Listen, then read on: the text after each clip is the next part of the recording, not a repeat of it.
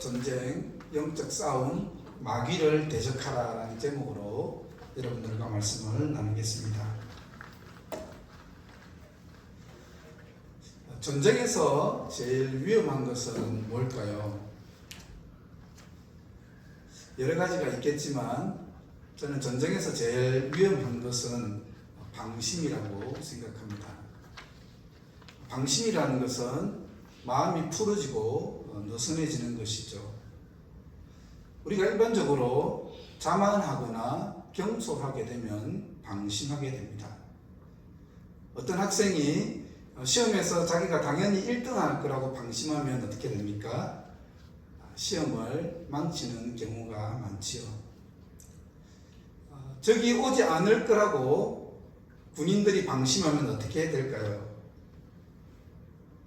적이 갑자기 공격해 오게 될 때 처참하게 속수무책으로 피하게 되겠죠. 우리 신앙생활에서도 방심은 안 됩니다. 오늘 성경은 우리가 방심하지 말 것을 말씀하고 있습니다. 마귀의 관계를 능히 대적하기 위하여 하나님의 전신갑주를 입어라. 베드로전서 5장 8절과 9절에서 이렇게 말씀하지요. 근신하라, 깨어라. 너희 대적 마귀가 우는 사자같이 두루다니며 삼킬 자를 찾나니 너희는 믿음을 굳건하게 하여 그를 대적하라. 여러분, 방심하지 마십시오. 깨어서 마귀를 대적하시기 바랍니다. 우리가 마귀를 대적하기 위해서는 어떻게 준비해야 할까요? 먼저는 우리가 싸우는 적이 누구인지를 알아야 합니다. 손자병법에도 지피지기면 백전백승이라는 말이 있죠.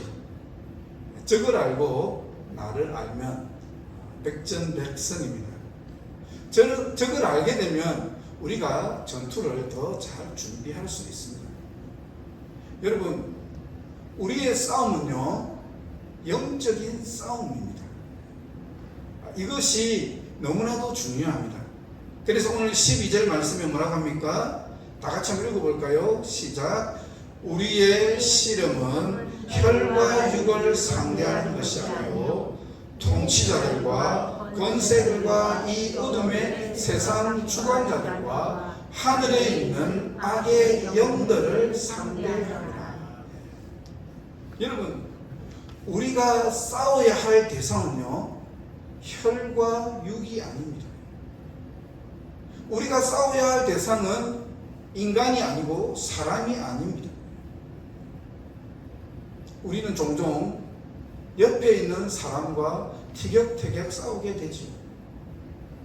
그런데 여러분, 옆 사람은요, 우리가 사랑하고 섬겨야 할 대상이지 싸움의 대상이 아닙니다. 그러면 우리가 진정으로 싸워야 할 대상은 누구일까요? 오늘 성경은 말씀합니다. 마귀를 대적하라. 혹시 여러분들은 마귀와 같은 영적인 존재가 있다고 생각하시나요? 없다고 생각하시나요? 오늘날 많은 분들이요, 실은 마귀와 같은 영적인 존재가 없다라고 생각하는 분들이 많이 있습니다. 이것은 너무나도 강교한 마귀의 전략입니다. 마귀는 우리 믿는 성도들이 현실 문제에 사로잡히게 합니다. 그래서 영적인 것을 생각하지 못하게 하죠. 그리고 마귀의 존재를 아예 생각하지 못하게 만들어버립니다. 다시 말하면 마귀는 우리로 방심하게 만들죠. 허허실실 작전이죠. 하지만 분명한 사실은 무엇입니까? 마귀는 존재합니다. 귀신은 마귀의 수하에 있는 쫄개가 바로 귀신이죠. 근데 성경을 보게 되면요, 귀신의 역사가 분명히 있습니다. 물론 우리의 삶에 나타나는 모든 안 좋은 일들을 다 귀신의 역사라고 할 수는 없습니다. 하지만 분명하게 성경은 귀신의 역사를 말씀하고 있습니다.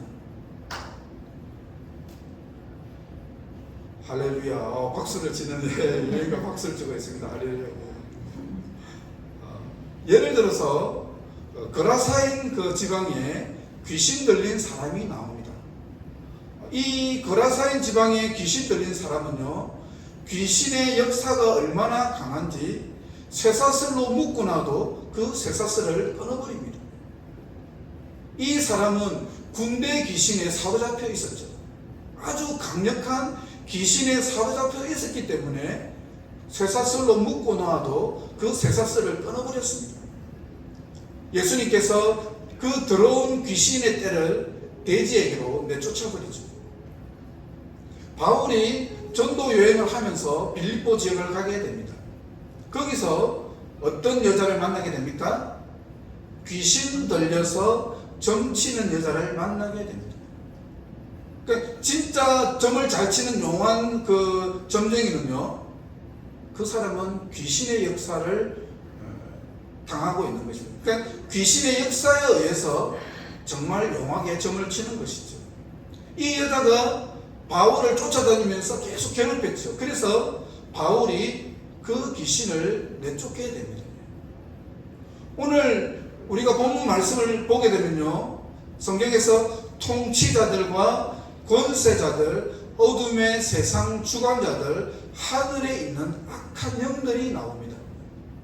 근데 성경에서 말하는 이 통치자들, 권세자들, 어둠의 세상 주관자들은요, 우리의 눈에 보이는 정치인들, 우리 인간 통치자들을 말하는 것이 아닙니다. 우리 눈에는 보이지 않지만 이 세상을 지배하는 어두움의 악한 영들을 말하는 것이죠. 그러니까 이런 악한 영들, 귀신의 우두머리가 바로 누구일까요? 마귀입니다. 그래서 오늘 사도 바울은 제일 먼저 마귀를 대적하라고 말하는 것입니다. 마귀의 다른 이름은요, 사탄입니다. 이 사탄은 본래 이름이 대적자라는 뜻입니다. 그래서 이 사탄 마귀는요, 하나님을 대적합니다. 어떻게 하나님을 대적할까요? 마귀는요, 헬라어로 디아블로스입니다. 디아라는 것은요, 사이를 뜻하는 말이고, 블로스라는 것은요, 던지다라는 그런 말입니다. 디아블로스라는 그런 어떤 의미입니까? 사이를 던지는 영이 바로 마귀죠. 사이를 멀어지게 하고 관계를 이간질하는 영이 바로 이 마귀의 영입니다. 우리가 잘 아는 것처럼 사탄 마귀는요, 하나님과 사람 사이를 이간질합니다. 아담과 하와가 선악과를 따먹도록 속에서 하나님과 사람 사이를 이간질했죠. 하나님과 사람 사이를 원수로 만들어 놓은 것이 바로 누구입니까? 사단 마귀죠. 근데 이 사단 마귀가요, 사람과 사람 사이, 성도와 성도 사이, 형제와 자매 사이, 우리 믿는 지체 사이들을 이간질하는 것도 바로 마귀입니다. 마귀는 사람 사이를 이간질하고 비방하게 만들어서 우리를 멸망의 길로, 우리를 파탄의 길로 빠지게 하는 것이 바로 사탄 마귀의 역사이죠. 아마 우리는 그렇게 생각할 수 있습니다. 제가 오늘 이 말씀을 할 때 많은 분들은 이 일은 나와는 상관없는 일이라고 생각할 수 있습니다. 하지만 여러분, 절대로 그렇지 않습니다. 소름 돋을 정도로 끔찍한 것은 뭐냐면요, 우리도 마귀에게 속아서 넘어갈 수 있다는 사실이죠. 마귀는요, 우리의 마음속에 자신의 생각을 집어넣습니다. 그리고 그 생각을 통해서 우리를 조종하고 우리를 이간질하는 것이죠. 여러분, 예수님께서 제자들에게 제일 처음으로 자신이 십자가 고난을 당하고 죽게 될 것이라는 것을 말씀했습니다. 이때 베드로는 어떻게 말했습니까? 주님, 절대로 이런 일이 일어날 수 없습니다라고 말했습니다. 그러자 예수님은 베드로에게 뭐라고 말했나요? 사탄아, 물러가라. 물론 베드로가 사탄은 아닙니다. 그러나 사탄의 배후에 베드로의 배후에 누가 조종하고 있다는 것입니까? 사탄이 조종하고 있다는 것이죠. 베드로의 마음에 사탄이 들어가서 베드로의 생각과 말을 조종하고 있다는 것이죠.